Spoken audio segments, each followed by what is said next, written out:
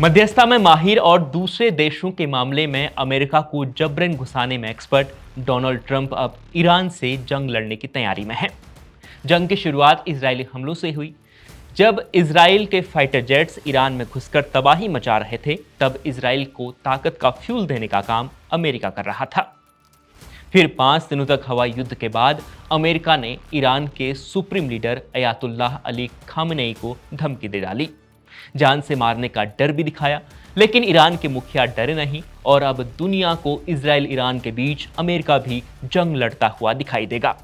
अमेरिकी media wall street journal ने कुछ अधिकारियों के हवाले से बताया है कि राष्ट्रपति डोनाल्ड ट्रंप ने ईरान के खिलाफ हमले की योजना को मंजूरी दे दी है। अब अगर इजराइल के साथ अमेरिका भी ईरान से लड़ता है तो ईरान कितने दिनों तक जंग में टिक पाएगा, ये सबसे बड़ा सवाल है। क्या खामेनेई ट्रंप की शर्तें मान जाएंगे या अमेरिका को जंग में उतरना भारी पड़ सकता है? इस पर डिटेल में आपको बताते हैं। नमस्कार, मेरा नाम नरेश है और आप इंडिया.com देख रहे हैं। ईरान इजराइल जंग का आज 7वां दिन है। इजराइल के 24 लोगों की अब तक मौत हुई है और ईरान में मौत का आंकड़ा 639 पहुंच चुका है। आर्थिक नुकसान भी ईरान का हो रहा है, लेकिन ईरान के मुखिया न तो सरेंडर करने को तैयार है, न ही वह अमेरिका की धमकी से डर रहे हैं। वहीं दूसरी तरफ इजरायली हमलों से अब तक ईरान का सबसे ज्यादा नुकसान हुआ है और ईरान के एक अधिकारी ने इस नुकसान के बाद इस्लामिक सेना बनाने का प्रस्ताव रखा है। टर्की, सऊदी अरब और पाकिस्तान के सामने प्रस्ताव रखा गया है। ईरान एक बार फिर से खुद को इस्लामिक देशों का नेता मानकर मुस्लिम देशों को जमा करने की कोशिश कर रहा है। वह डर दिखा रहा है कि अगर मुस्लिम देश एकजुट नहीं हुए तो हश्र, फिलिस्तीन, यमन या फिर ईरान जैसा होगा। हालांकि पाकिस्तान कई हद तक इसमें राजी जरूर है, लेकिन वह अमेरिका के खिलाफ जाने को तैयार नहीं है। वह इसलिए क्योंकि अमेरिका के खिलाफ पाकिस्तान इसलिए नहीं जाएगा क्योंकि अमेरिका उसे जंग के वक्त सहारा देते रहता है। दूसरा कारण यह भी है कि पाकिस्तान की आर्मी के चीफ असीम मुनीर अमेरिकी राष्ट्रपति ट्रंप का इन दिनों खूब गुणगान कर रहे हैं।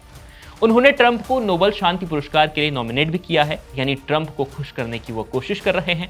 ऐसे में पाकिस्तान ईरान के लिए अमेरिका से लोहा लेगा, ये कहा नहीं जा सकता। अब अगर इस जंग में अमेरिका ईरान पर सीधे हमला करता है तो वह मुस्लिम देशों का सहारा लेकर ही ईरान को सबक सिखा सकता है, बशर्ते ये देश अमेरिका को समर्थन दे दे।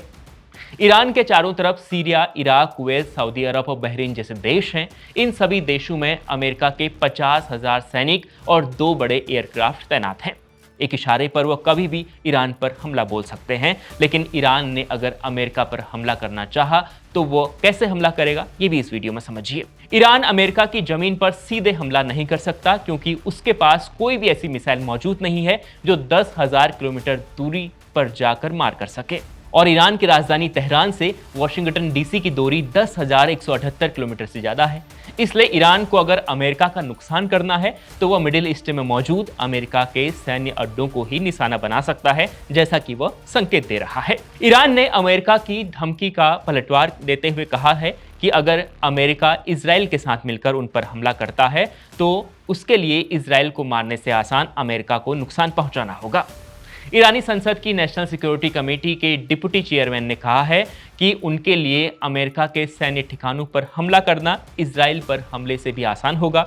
अगर अमेरिका ने ईरान पर हमला किया तो उसे अपने सैनिकों के लिए 50,000 ताबूत तैयार रखने होंगे। तो ये 50,000 अमेरिकी सैनिक कहां पर तैनात हैं, ये भी आप जानिए। ईरान के चारों ओर अमेरिका ने 6 ऐसे बेस बनाकर रखे हैं जो मुस्लिम देशों में मौजूद हैं और ईरान के चारों तरफ हैं। इसमें पहला इराक है। इराक के साथ ईरान के इतने अच्छे संबंध नहीं है कि वह अमेरिका के खिलाफ जाकर ईरान का साथ दे दें। दूसरी तरफ इराक में अमेरिका का एक सैन्य ठिकाना है। 2500 से ज्यादा सैनिक यहाँ, अमेरिकी सैनिक यहाँ पर तैनात हैं। दूसरा सऊदी अरब है। यहाँ अमेरिकी फाइटर जेट्स और 35,000 से ज्यादा अमेरिकी सैनिक यहाँ तैनात हैं। कुवैत में 5,000 मरीन कमांडो मौजूद हैं अमेरिका के और 2 बड़े एयरक्राफ्ट कैरियर गश्त में यहाँ लगातार लगे हुए हैं। बहरीन में भी अमेरिकी नौसेना का बड़ा अड्डा है। यहाँ 9,000 सैन्य कर्मी तैनात हैं और अमेरिकी नौसेना के 5वें बेड़े का घर इसे माना जाता है। यहाँ विमान, सैन्य टुकड़ियाँ और रिमोट साइट्स भी मौजूद हैं। जॉर्डन में भी 2,000 से ज़्यादा सैनिक अमेरिकी सैनिक हैं। यूएई में नेवी, आर्मी और अमेरिकी एयरफोर्स के 3 बेस हैं। 6,000 से ज़्यादा सैनिक यहाँ तैनात हैं। ऐसे में अमेरिका ने ईरान की घेराबंदी तो की है, लेकिन ईरान का प्लान ए शायद यही है कि अगर अमेरिका ने हमला किया तो मिसाइलों का मुंह इजराइल के बजाय अमेरिका के सैन्य अड्डों की तरफ मोड़ दिया जाएगा। वहीं दूसरी तरफ मिसाइलों की कमी ईरान के पास भी नहीं है।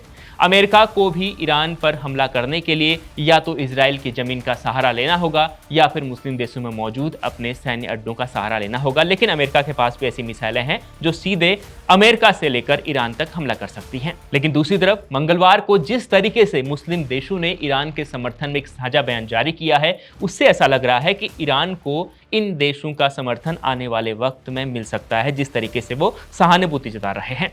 बीते मंगलवार को सऊदी अरब, यूएई, कुवैत, टर्की, मिस्र, Oman, Qatar, Sudan, Somalia, Pakistan, Bahrain और लीबिया, अल्जीरिया जैसे देशों ने ईरान पर हो रहे हमलों की निंदा की है। लेकिन ये देश फिलहाल खुलकर सामने नहीं आए हैं कि वो जंग में साथ देंगे। लेकिन इन देशों ने अमेरिका को अपनी जमीन का इस्तेमाल करने से रोक दिया तो ईरान अमेरिका को बड़ा झटका दे सकता है। हालांकि उसका नतीजा बाद में क्या होगा कुछ कहा नहीं जा सकता। बड़ी जंग भी हो सकती है और वर्ल्ड वॉर जैसी स्थिति भी पैदा हो सकती है। अब बात करते हैं इस वीडियो के सबसे महत्वपूर्ण विषय पर। वो यह है कि इजराइल और अमेरिका के आगे ईरान कितने समय तक टिक पाएगा। ईरान के पास कितनी ताकत है कि वह इजराइल और ईरान का एक साथ सामना कर ले। तो ईरान अमेरिका पर तो डायरेक्ट मिसाइल अटैक नहीं कर सकता, क्योंकि उसके पास इतनी लंबी दूरी तक मार करने वाली कोई भी मिसाइल इस वक्त मौजूद नहीं है। लेकिन अमेरिका ईरान तक मिसाइल पहुंचा सकता है। अमेरिका के पास मिनटमैन 3 ऐसी मिसाइल है जो 13,000 किलोमीटर दूरी तक मारक क्षमता रखती है। ईरान की मिसाइलें उनके आगे बिल्कुल भी नहीं टिक पाएंगी, ये तो तय है। ये मिसाइल जो है वो बेहद आधुनिक है और ये अटैक कर सकती है। फाइटर जेट्स की तुलना करें तो यहाँ ईरान भी काफ़ी पीछे है। ग्लोबल फायर पावर की रिपोर्ट के मुताबिक अमेरिका के पास युद्ध के लिए हमेशा 13,000 एयरक्राफ्ट तैनात रहते हैं। इजराइल के पास भी करीब 612 एयरक्राफ्ट हैं, लेकिन ईरान के पास कुल 551 ही एयरक्राफ्ट हैं जो इस वक्त इस्तेमाल हो रहे हैं। परमाणु हथियारों की बात करें तो इजराइल ने अपने परमाणु हथियार कार्यक्रम के बारे में कभी सार्वजनिक जानकारी साझा नहीं की। ईरान इस वक्त तैयारी कर रहा है परमाणु बम बनाने की। वहीं पर अमेरिका के पास परमाणु हथियारों का जखीरा मौजूद है। अगर अमेरिका जंग में कूदा तो वो बड़ी तबाही कर सकता है। तो अगर अमेरिका जंग में कूदता है तो ईरान का उसके आगे टिक पाना बेहद मुश्किल है। लेकिन अगर मुस्लिम देश साथ आए या फिर रूस या चीन ईरान के साथ अगर पीछे खड़ा होता है तो अमेरिका को टक्कर मिल सकती है। इजराइल ईरान के बीच शुरू हुई लड़ाई कहां तक जाएगी, ये सबसे बड़ा सवाल सबके बीच बना हुआ है। इससे लेकर आपकी क्या राय है, कमेंट कर जरूर बताएं और देखते रहें इंडिया.com।